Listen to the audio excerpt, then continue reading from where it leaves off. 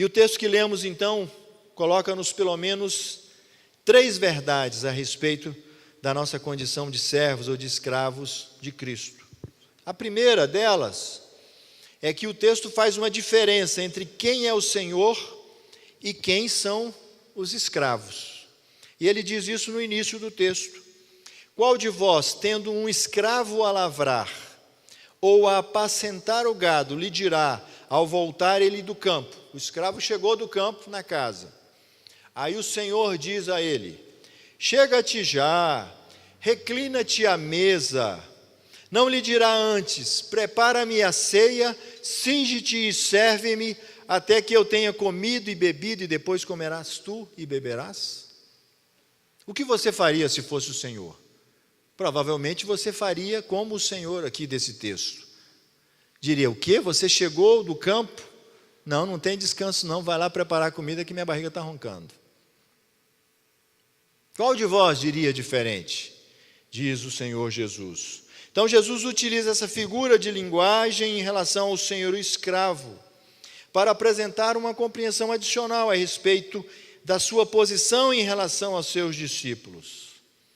Ele é o Senhor e os discípulos são os escravos.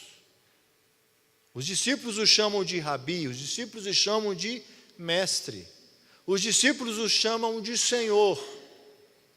Pedro diz que ele é o Filho de Deus. Há uma diferença entre eles. Jesus é o Senhor. Não como esse Senhor, nós vamos ver mais adiante, mas Jesus é o Senhor. Todos os apóstolos se referiram a Jesus, ou ao Senhor, ou a Deus, nesta condição. Paulo diz: eu sou escravo de Cristo. Ele diz em Romanos 1:1, em Gálatas 1:10, em Filipenses 1:1, em Tito 1:1. Ele sempre dizia: Paulo, escravo de Cristo. Escravo de Cristo. Tiago, irmão de Jesus, também se declarou escravo de Cristo. Pedro, na sua segunda carta, se declara escravo de Cristo. Judas, o irmão de Jesus, se declara escravo de Cristo. João, o apóstolo, João, o evangelista, também se declara escravo de Cristo. Também no Apocalipse, a expressão escravo é utilizada por João para descrever a relação entre cristão e o seu Senhor. Este ensino, então, questiona a prática cristã dos nossos dias, em que os papéis parecem estar invertidos, com práticas abusivas de uma chamada autoridade espiritual. Aqui é importante nós falarmos. Esta história, ou esta confusão teológica do poder da palavra. Eu digo e digo com fé e acontece. É isso que se diz por aí. A palavra do homem não tem poder, meus queridos. A única palavra que tem poder é a palavra de Deus. Então eu chego aqui e digo assim, eu profetizo que esta semana alguém aqui vai receber uma bênção. Que profecia é essa? Alguém aqui vai receber uma bênção essa semana. Alguém vai receber uma bênção. Tem uma multidão gigante aqui, a gente já viu isso várias vezes. Eu profetizo que Jesus vai abrir a porta de um emprego para alguém que está nessa igreja. Claro que vai. Quanto mais gente tiver, a possibilidade é maior. Então essas são declarações. E aí o sujeito vai, ele sai da profecia, depois vai, eu determino. Eu estava vendo hoje uma apóstola chamada Sol. O nome dela é Apóstola Sol. Não sei se o pastor Alberoni já viu essa senhora. Essa senhora tem uma moça. E ela faz a oração, pastor, para que as pessoas esqueçam aquilo que fizeram ou que foram. E aí chega uma senhora lá para ser entrevistada e diz: a senhora era fumante? Fui, 43 anos. Bebia cachaça? Bebi, 43 anos. Então nós vamos orar, você vai esquecer, vamos orar. Aí orou uma primeira vez, e aí?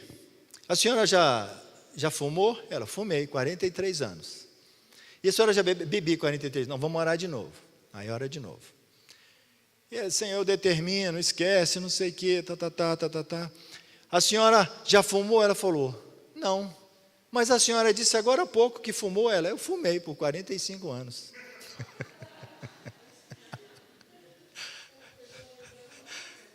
A culpa foi dela, a mulher estava até indo na indução, né? A senhora já fumou? Não, nunca fumei. Vai, tira. Mas a senhora disse aqui que era fumante. Realmente, eu fumei 45 anos. Irmãos, é o que tem acontecido aí. São essas coisas, e às vezes a gente fica impressionado com isso. Que é uma inversão do papel, é você falar que Deus tem que fazer o que você diz que Deus tem que fazer. E eu não vi nenhum apóstolo fazer isso, ou escrever isso. Você ouviu, pastor Beroni? Nunca vi. Pelo contrário, eu vejo, os grandes apóstolos falarem que oraram por si mesmo e Deus não resolveu. A minha graça te basta, disse Deus a Paulo. Paulo se refere ao seu amigo que está doente, que está enfermo, e o pastor pregou isso lá na sede, naquele dia, e continua doente. Jesus está na casa de Simão, o leproso. Simão continua leproso, e Jesus está na casa dele.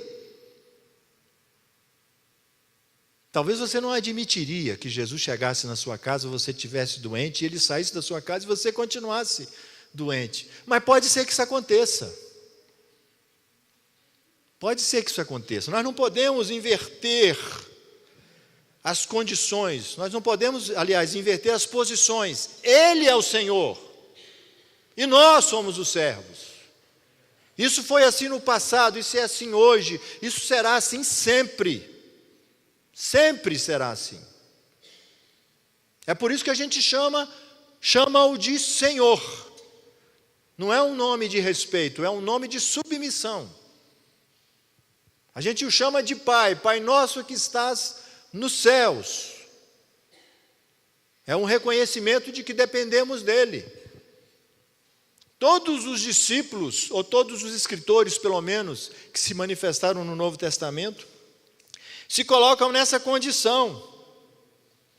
E por que Jesus é o Senhor? Primeiro, porque Ele pagou o preço. Segundo, porque Ele comprou os homens de todas as tribos, línguas, povos e nações. Terceiro, porque após assumir a forma de escravo e tendo se humilhado até a morte de cruz, Deus o exaltou soberanamente e lhe deu um nome que está acima de todo nome, para que ao nome de Jesus Cristo se dobre todo joelho no céu, na terra e debaixo da terra, e toda língua diga que Ele é o Senhor. Isso não é uma declaração que está solta no texto sagrado. Isto é algo que nós temos que olhar, observar e reverenciar. Ele é o Senhor.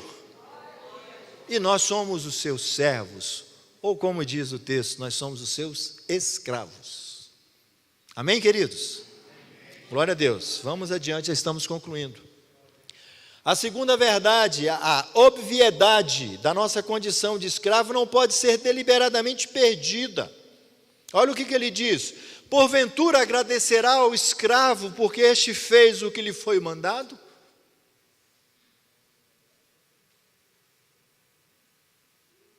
Agradecerá?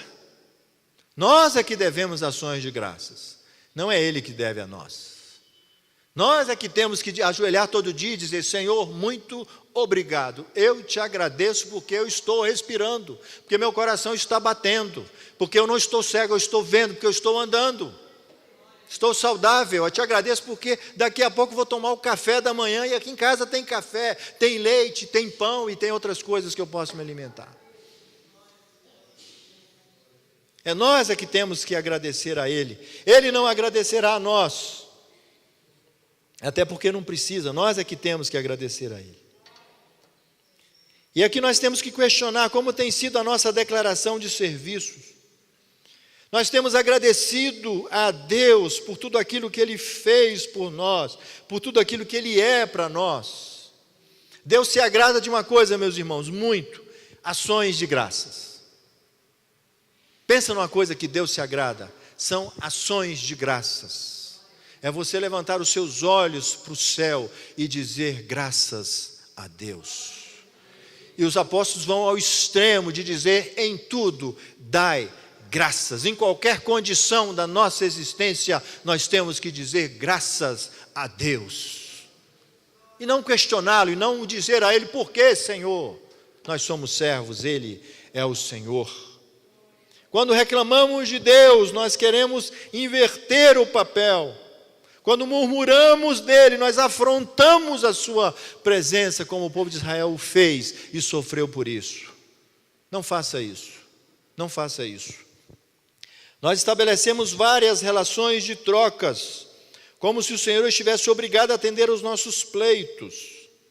Mas Tiago nos instrui, dizendo assim: pedis e não recebeis, porque pedis mal, para gastardes em vossos deleites. Paulo diz que o Espírito Santo traduz a nossa oração em gemidos inexprimíveis, para que aquilo que nós pedimos loucamente, fora de sentido, talvez a gente receba uma resposta correta de Deus, e não aquilo que nós queremos. É preciso então, queridos, entendermos que essa condição no texto sagrado é muito óbvia, é muito clara, não há dúvida sobre isso. Nós não podemos ter dúvidas em relação a isso. Ele é o Senhor, nós somos escravos, nós somos os servos. E a terceira verdade, é preciso compreender o que é esperado do crente. E o que é esperado de você, de mim, dos servos do Senhor? Que nós obedeçamos ao Senhor e que nós conheçamos o nosso lugar. Que nós nos coloquemos na condição que temos, a condição de servo do Senhor. A condição de alguém que está no serviço. E é isso que Jesus quer dizer. Jesus está dizendo para os discípulos que eles precisam reconhecer a sua condição. Não está dizendo que eles são servos inúteis, mas está dizendo que o servo, o cristão, nesse caso, fazendo já a aplicação, precisa ter consciência de que ele é escravo, ele é o servo, e quando ele faz aquilo que ele deve fazer, aquilo que ele precisa fazer, Jesus diz: você deve se dizer escravo inútil. Você deve se reconhecer como tal. E nenhum de nós faz mais do que devemos fazer. Porque tudo o que fazemos aqui, o fazemos porque fomos mandados a fazer. Ninguém está aqui, querido, ninguém está aqui pela sua vontade, no sentido de que nós não podemos fazer aqui o que queremos. O pastor Alberoni, nosso querido pastor Alberoni, não faz o que ele quer. Eu sei que ele tem vontade de pegar umas pessoas aí pelo pescoço e apertar, não é, pastor? Não, o pastor não tem vontade de fazer isso, não, brincadeira. Mas não pode fazer isso, não faz. Ei, você é uma bênção. Mas não pode mentir também, né? Se for tribulação, diga que é. Então nós temos que fazer, nós estamos aqui não para fazer o que nós queremos, mas aquilo que foi nos mandado fazer, foi nos dito que devemos fazer. Todos nós estamos aqui fazendo aquilo que Deus estabeleceu. Nós fomos enviados pelo Senhor. Nós fomos mandados ao mundo para fazer a sua obra. Nós fomos chamados para realizar aquilo que Ele mesmo estabeleceu como seu propósito para nós. Há inclusive traduções diferentes para que esse texto possa ser melhor entendido. Por exemplo, assim também vós, quando fizerdes tudo o que vos for mandado, dizei: somos escravos dispensáveis. Esta é uma tradução que traz um eufemismo à expressão. Nós somos escravos dispensáveis, que quer dizer que se você não fizesse, alguém faria no seu lugar. Há uma outra tradução: somos servos a quem nada se deve. O que nós fizemos por amor a Deus, porque Ele nos mandou fazer. E nós não devemos esperar dEle, que Ele nos pague por isso. Entende? Deus é bom, meus irmãos, Deus é bom. Deus faz por nós coisas que nós não merecemos. A Bíblia diz que Ele faz mais do que pedimos, mais do que esperamos. Mas o que Ele está dizendo aqui é da nossa posição, é daquilo que está dentro de nós. Você faz para Deus, sem esperar que aquilo seja gerado, através daquilo seja gerada uma troca. É por isso que essa história de que você dá tanto e recebe 100 vezes mais, faz aquela conta, dá 100 vezes mais, ou recebe 1000 vezes mais. Jesus já disse: aquilo que a sua mão direita fizer, não deixe que a esquerda saiba que fez. Ou seja, você não precisa dizer ao mundo ou a qualquer pessoa, ou imaginar dentro do seu coração, que porque você fez aquilo, agora Deus se tornou devedor de você. É isso que Jesus quer de nós, queridos. Quer um coração grato, que esteja na sua obra, fazendo a sua vontade, cumprindo o seu propósito, o seu desígnio, por prazer, por alegria, por reconhecimento daquilo que Deus é, daquilo que Deus já fez por nós. O pastor sempre diz aqui, nós estamos aqui agradecendo a Deus por aquilo que Deus já fez por nós. O que Deus já fez por nós, meus queridos, é suficiente para qualquer coisa que fizermos para Ele. Glória a Jesus.